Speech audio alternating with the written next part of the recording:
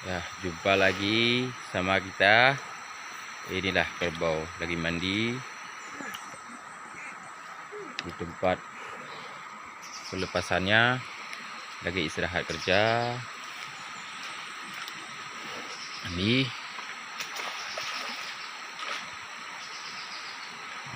Ini kerbau narik semua.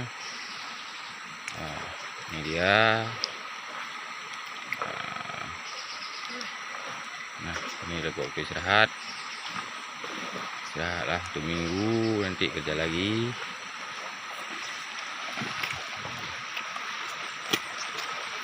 Saya mantap banget tadi.